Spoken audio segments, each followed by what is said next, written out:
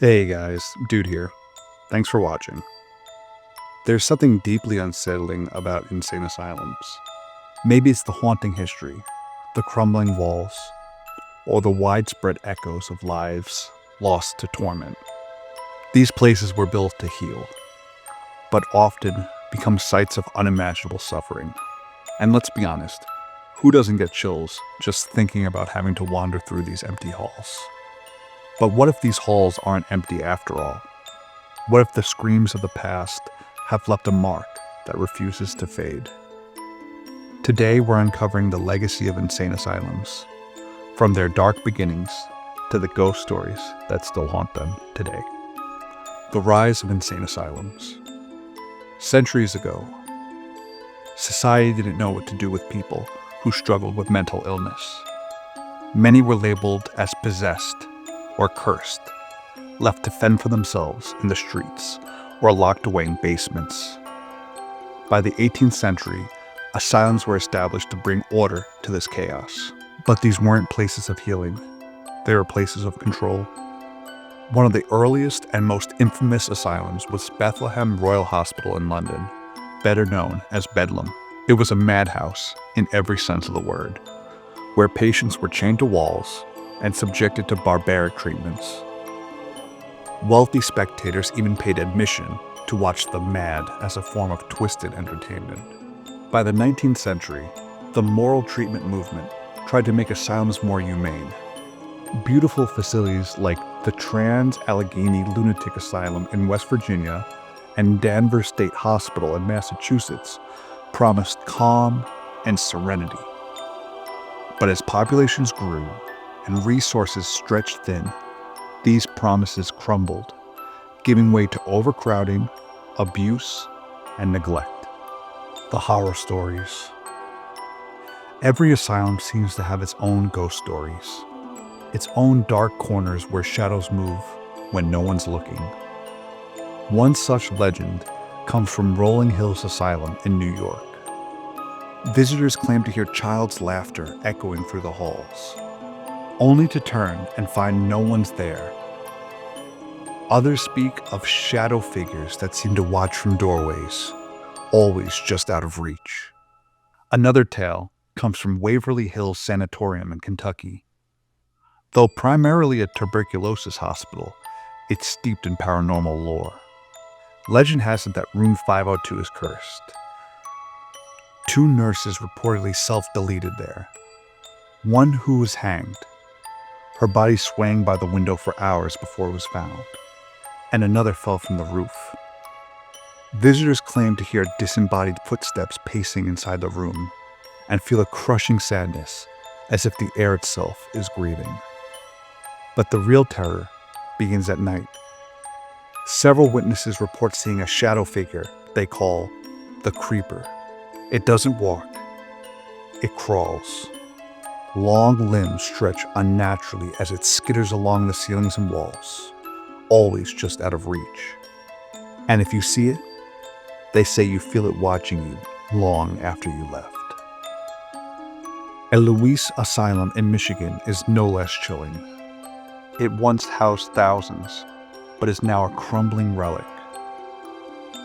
Paranormal investigators report hearing faint whispers, footsteps in deserted hallways, and seeing faces, twisted and mournful, peering out from shattered windows.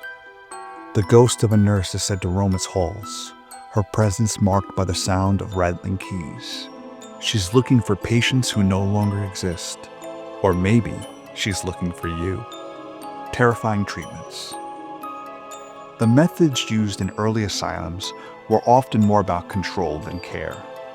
Lobotomies, for example. This procedure, which involves severing connections in the brain, was hailed as a miracle cure for everything from schizophrenia to depression, but the reality was far more gruesome. Many patients were left in a zombie-like state, robbed of their personalities and memories. Then there was electroshock therapy, a treatment that has evolved into a legitimate medical procedure today, but was once a nightmare. Early versions involved strapping patients to tables and delivering high-voltage shocks without anesthesia. Let's not forget about straitjackets, padded cells, and the infamous Utica crib, a coffin-like cage used to restrain patients. These so-called treatments often left scars far deeper than the illnesses they were meant to cure. Superstitions and curses. Asylums have always been shrouded in superstition.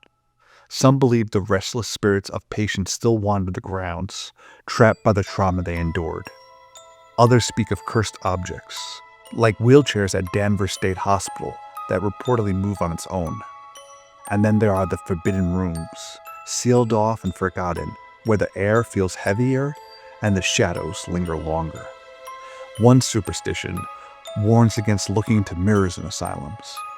It is said that if you catch your reflection in a broken mirror, you might see more than just yourself staring back. Another claims that if you hear your name whispered in an asylum, you should leave immediately. It's not a friend calling, it's something else. The shadows of the present. As we step away from the haunting legacy of asylums, it's worth reflecting on where we are today. Most of these institutions were shut down in the mid-20th century, with promises of community care and mental health reforms. But those promises remain largely unfulfilled.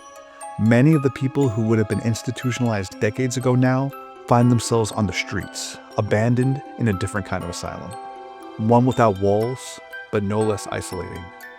Modern homelessness is a stark reminder of how far we've come and how far we've failed. Mental illness, addiction, and poverty often collide to create an endless cycle of suffering, eerily echoing the lives of those who once languished behind asylum walls. The same society that once hid them away now struggles to find a place for them all. These stories of abandoned asylums aren't just ghost stories. They're cautionary tales.